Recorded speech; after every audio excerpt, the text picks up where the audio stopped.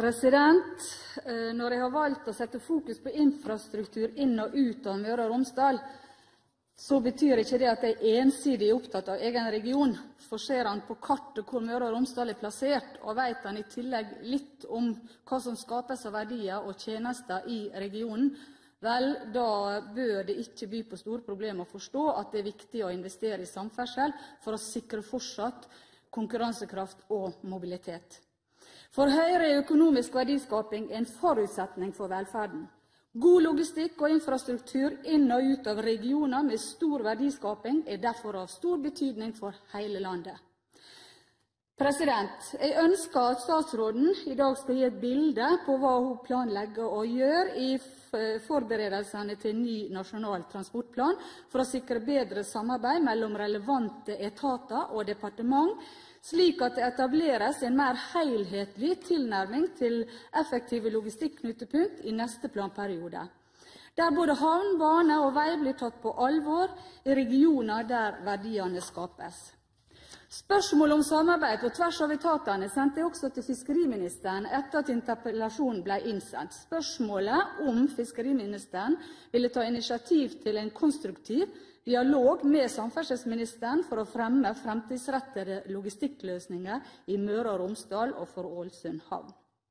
Interpellasjonen ble meldt inn 28. november i fjor, etter at det i regional transportplan for Midt-Norge ble gitt inntrykk av at det skal legges til rette for et logistikknutepunkt i Trondheim som skal betjene hele Midt-Norge.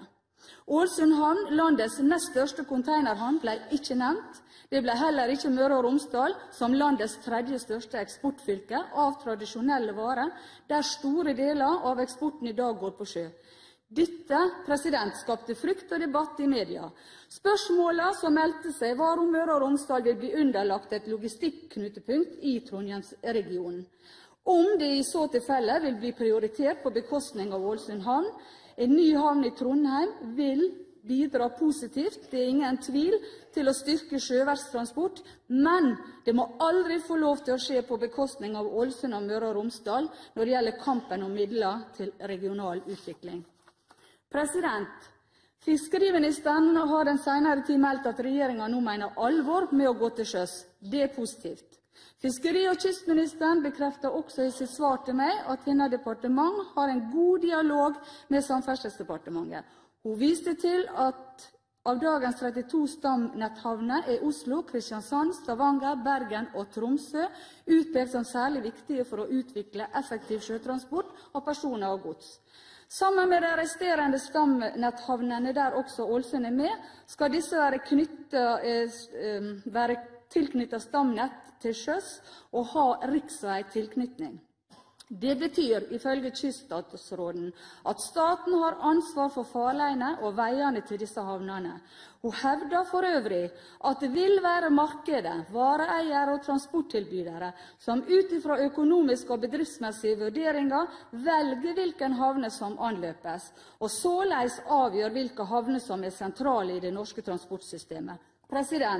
Det betyr at tilkomst, gode transportårer inn til havnene er svært viktig. Svikter myndighetene i det å etablere gode tilkomstveier vil vareeierne velge enkleste løsninger, nemlig landeveien og ikke sjøveien. Møre og Romsdal er et viktig fylke for verdiskaping og eksport. Geografien er utfordrende med svært smale og nedslitte veier. For ikke å snakke om det store forfallet og etterslepet vi har på fylkesveiene etter at fylket ble påtvunget disse fra regjeringen. Vår viktigste eksportåre, E136 Ålesund-Opplands grense, er rasutsatt og ofte stengt. Forbedringer av strekninger planlegges nå bygd stykkevis og delt, og jeg må få lov å si at det går veldig tregt. Høyre mener Europavei 136 bør bygges som OPS-prosjekt, da det vil gi raskere fremdrift, mer vei for pengene og garantert godt vedlikehold i 25 år. Det var også trist å registrere at CargoNet sine reduksjoner av godstransport på Raumabanen. At dette skjedde fordi banen er i så dårlig stand at CargoNet ikke ser seg råd til å bruke henne. Det er ganske alvorlig. Skal man frakte gods på denne banen, så må den forbedres.